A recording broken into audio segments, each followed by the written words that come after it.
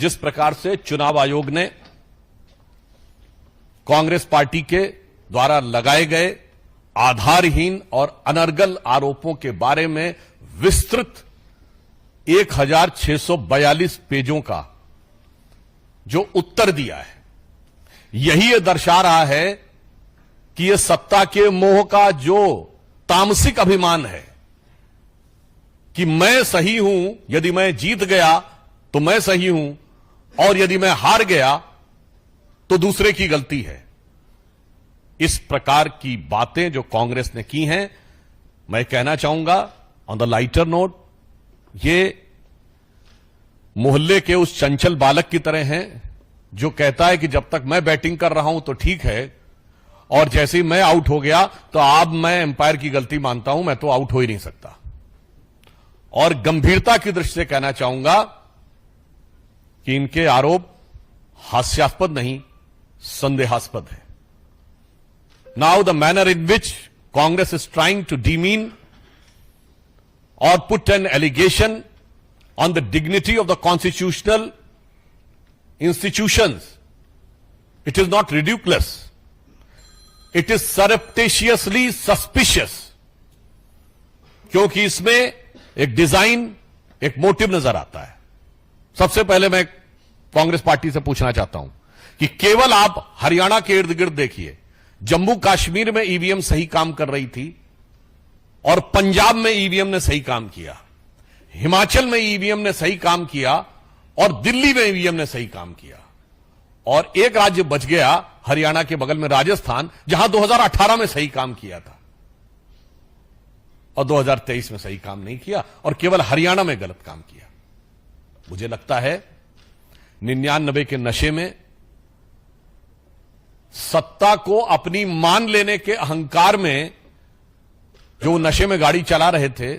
उसके एक्सीडेंट के लिए दूसरे को दोष देने वाले बिगड़े दिल शहजादे जैसे दिमाग की मानसिकता से उन्हें बाहर आना चाहिए।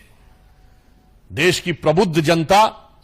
इस प्रकार के हास्यास्पद तर्कों को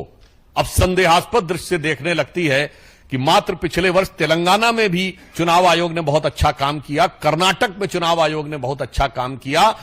पश्चिम बंगाल, तमिलनाडु में बहुत अच्छा काम किया, मगर और आपके अनुसार लोकसभा में बहुत अच्छा काम किया, परंतु जहां आप हार गए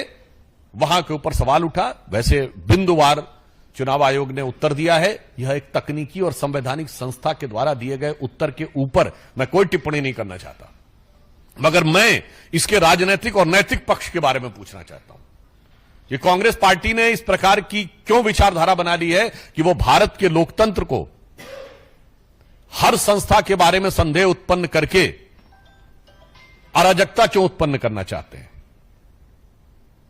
याद करिए, मात्र 1.5 साल पहले उन्होंने कहा था विदेश में जाकर कि democracy in India is finished, और उसमें उन्होंने जुडिशरी को भी ले लिया था। कभी मीडिया पर आरोप, कभी जुडिशरी पर आरोप। क्या यह सत्य नहीं है कि भारत की सेना के ऊपर संदेह? जबकि डीजीएमओ ने प्रेस कॉन्फ्रेंस की थी, भारत की वायुसेना पर संदेह, भारत के सीएजी पर संदेह, आपके विरुद्ध निर्णय हो जाए कोर्ट में तो कोर्ट पर संदेह, और आपकी सदस्यता बहाल हो जाए तो लोकतंत्र की विजय। मैं देश की जनता से गंभीरता से कहना चाहता हूं कि अभी मात्र कुछ दिन पहले आपने देखा होगा कि उनके सबसे प्रमुख नेता और सदैव उद्वेलित रहने वाले नेता ने कहा कि मैं अनऑफिशियल एमपी रहूंगा। ये अनऑफिशियल एमपी की मानसिकता वाली पार्टी, जिसने देश को 10 साल एक अनऑफिशियल पीएम भी दिया, जिनके बारे में आज भी यह शक है और जनता में भाव है कि अनऑफिशियल पार्टी प्रेसिडेंट है, और वो दिल्ली में उसके साथ है जहां अनऑफिशियल सीएम है, वो देश की ऑफिशियल कॉन्स्टिट्यूशनल संस्था पर सवाल उठा रहे हैं।